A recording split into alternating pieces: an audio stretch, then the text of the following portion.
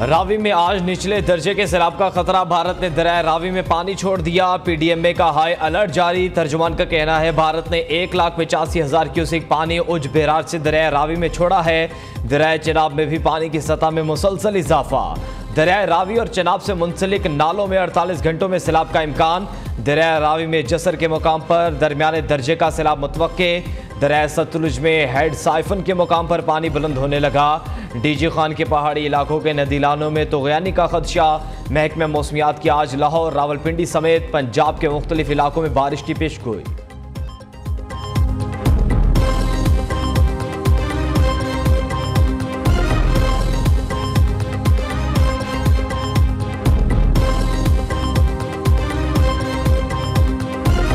दरिया के अंदर आबादी बनाई हुई है लोगों ने। अब जो जो मुमकिन होगा हम इंशाल्लाह इसको क्लियर कराएंगे, क्योंकि अब होना क्या है कि जो दरिया के अंदर लोग आके अपने घर बना गए उसके लिए उनके घर तोड़ने पड़ेंगे या उनको वहाँ से निकालना पड़ेगा। हर इलाके, हर डिवीजन को मॉनिटर भी कर रहे हैं और तैयारी भी कर रहे हैं। हमारा एक तो इंसानी जान बचाना काम है, अगर अल्लाह ना करे सैलाब ज़्यादा आता है, और दूसरा जानवरों को बचाना भी जरूरी, क्योंकि कई दफ़ा ये होता है जानवरों का नुकसान बहुत ज़्यादा हो जाता है, आप इंसानों की जान तो बचा लेते हैं। 10-11 बजे मैसेज आया है कि इंडिया ने पानी छोड़ा है, तो उसके बाद ही तैयारी शुरू कर रहे हैं सारे के सारे। तो ऑफिशियली जो है वो इतला भी तकरीबन इसी टाइम आई है। दरिया रावी में मुमकिन सैलाबी सूरत हाल। वज़ीर आला मोहसिन नकवी इंतजाम का जायजा लेने दरिया रावी पहुंच गए। मीडिया से गुफ्तगू में कहा कोशिश है दरिया के करीबी आबादियों को खाली कराएं। लोगों ने दरिया में घर बना रखे हैं, उन्हें तोड़ना पड़ेगा। रेस्क्यू इदारे, सूबाई और मुकामी इंतजामिया सैलाब से निमटने के लिए पूरी तरह अलर्ट है। इस वक्त पंजाब में कहीं सैलाबी सूरत हाल नहीं।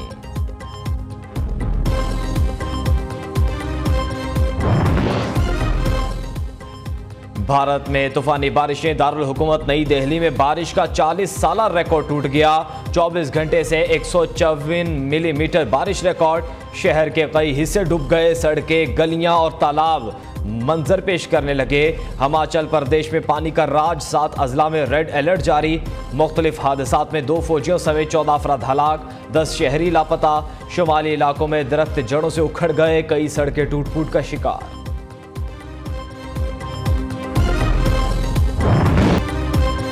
चेयरमैन पीटीआई का आर्मी चीफ को कत्ल की धमकियां दिलवाने का मंसूबा बेनकाब। 9 मई के यौम सियाह के लिए भी ऐसे ही जहन साजी की गई थी। आर्मी चीफ के खिलाफ शरअंगेज मुहिम शैतानी जहन की मंसूबाबंदी का नतीजा है। साजिशी अनासर सियासी और मुआशी इस्तेहकाम के खिलाफ फिर से सरगर्म अमल हैं। वज़ीर आज़म का सिपा सलार के खिलाफ मनफी प्रोपेगेंडे पर सख्त रिएक्शन। मुतल्लिका इदारों को मनफी मुहिम चलाने वालों के खिलाफ अंदरून बैरून मुल्क कानूनी इकदाम की हिदायत। पाकिस्तान और इसके इदारों के खिलाफ हर साजिश कुचल देंगे।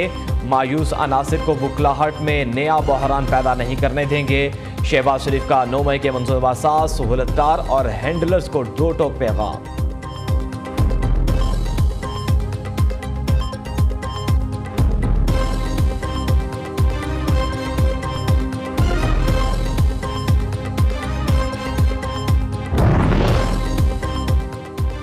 दुबई मुलाकात पर एतमाद में नहीं लिया गया। इतना बड़ा इकदाम उठाने पर हमसे मुशावरत ना करना एक सवालिया निशान है। मौलाना फजलुर रहमान का इत्तेहादी हुकूमत से शिकवा। हमारा मौक़िफ़ था पार्लियामान जाओ, ना हल्फ उठाओ और ना अदम एतमाद पेश करो।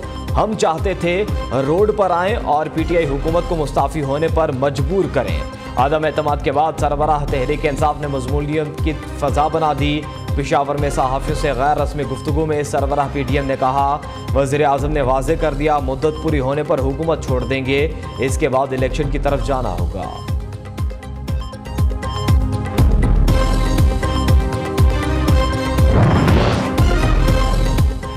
शाम में अमरीकी ड्रोन हमले में दाइश का सरबराह उसामा अल महाजिर मारा गया। अमरीकी फौजी हुकाम के मुताबिक दाइश रहनुमा को उस वक्त निशाना बनाया गया जब वो मोटरसाइकिल पर जा रहे थे। अमरीकी सेंट्रल कमांडर के जनरल माइकल कोरेला का कहना है कि हमला शाम के मगरबी हिस्से में रूसी फौजी तैयारों की जानिब से ड्रोन्स को हिरासा किए जाने के चंद घंटों के बाद किया गया। रूसी फौजी तैयारों ने 24 घंटे में दूसरी बार हिरासा किया। पूरे खित्ते से दाइश के खात्मे के लिए पुरअज़्म है।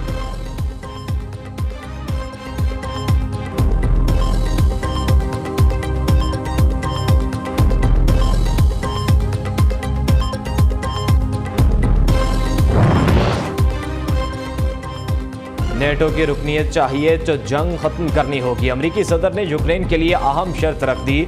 अमेरिकी नशरियाती इदारे को इंटरव्यू में अमेरिकी सदर ने कहा कि यूक्रेन नेटो का हिस्सा बन जाता है तो ये इत्तेहाद को रूस के साथ जंग में डाल देगा।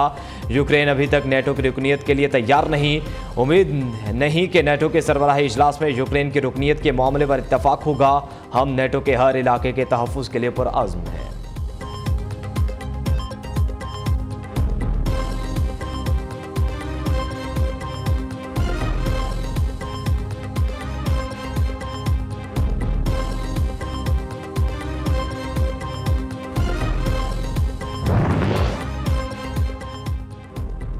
पाकिस्तान वापसी से मुतालिक मशावरत। नवाज शरीफ के सऊदी अरब में अहम मुलाकातें। मुस्लिम लीग नून के कायद की आज लंदन रवानगी का इम्कान। चीफ ऑर्गेनाइजर मुस्लिम लीग नून मरियम नवाज पाकिस्तान वापस आएंगी। नवाज शरीफ की अगस्त के आखिर में वतन वापसी मुतवक्के। इस्तेकाम पाकिस्तान पार्टी के रहनुमा फवाद चौधरी की अहलिया हिबा चौधरी और शहबाज गिल के दरमियान लफ्जी जंग। हिबा चौधरी का पीटीआई रहनुमा के ट्वीट पर जवाब। शहबाज गिल के फरार पर भी सवाल उठा दिया। लिखा, खुद को फरार हुआ और बातें सुनो, पहले अपनी पार्टी में ओहदे की वजाहत करें। शहबाज गिल ने फवाद चौधरी समेत 17 रहनुमाओं को पार्टी से मुतल्लिक ट्वीट किया था।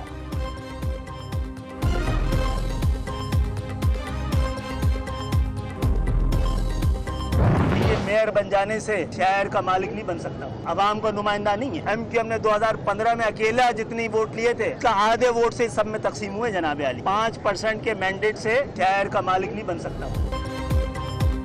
खालिद मकबूल सिद्दीकी का एक बार फिर सूबों की तकसीम का मुतालबा। सूबों की तकसीम को गद्दारी कहने वाले से बड़ा गद्दार कोई नहीं। सूबों को सिर्फ इंतजामी यूनिट समझते हैं। धरती माँ सिर्फ पाकिस्तान है। कन्वीनियर एमक्यूएम का पीपल्स पार्टी के कराची मेयर को अवाम का नुमाइंदा तस्लीम करने से इनकार। कहा, 5% के मैंडेट से कोई शहर का मालिक नहीं बन सकता।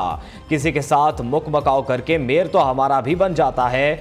जिसके पास 50 साल से कराची का मैंडेट नहीं था उसे शहर सौंप दिया गया। कराची में आज से नई इलेक्ट्रिक बसें दौड़ेंगी। शर्जील इनाम मेमन ने खुशखबरी सुना दी। वज़ीर इत्तलात सिंध की न्यूज़ कॉन्फ्रेंस। कहा, इलेक्ट्रिक बसें कराची समेत सिंध के दीगर शहरों में चलेंगी। एक पड़ोसी मुल्क पाकिस्तान में इलेक्ट्रिक बसों का प्लांट लगाने जा रहा है। 15 जुलाई से दहाबीजी इकोनॉमिक जोन शुरू होगा जिससे सरमायाकारी में भी बड़ा इजाफा होगा। हमारा एजेंडा सोशल मीडिया पर नफरत फैलाना नहीं। पीपल्स पार्टी की क़यादत मुफाहमत का पैगाम देती है। एमक्यूएम के साथ गैर मशरूत काम करना चाहते हैं।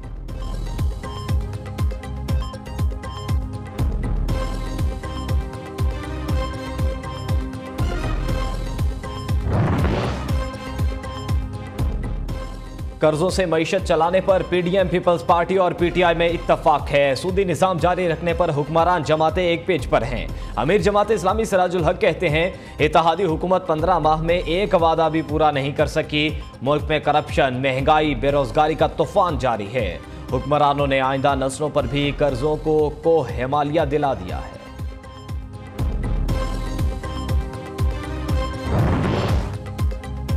बरतानिया में खुदाई के दौरान 100 इंसानी ढांचे बरामद। मुबैना तौर पर 12वीं सदी में इंसानों को कत्ल के बाद इज्तिमाई तौर पर दफन किया गया था।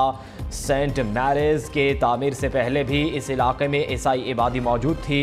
एसार कदीमा के मुताबिक इस मुकाम पर 19वीं सदी के आखिर में डिबलन की सबसे बड़ी बेकरी वाक़ थी। श्रीलंका के खिलाफ टेस्ट सीरीज कौमी क्रिकेट टीम कोलंबो पहुंच गई। एक दिन आराम के बाद आज रवाना होगी। कौमी टीम प्रैक्टिस मैच 11 और 12 जुलाई को खेलेगी। पाकिस्तान और श्रीलंका के दरमियान 2 टेस्ट मैच 16 और 24 जुलाई को गौल और कोलंबो में खेले जाएंगे।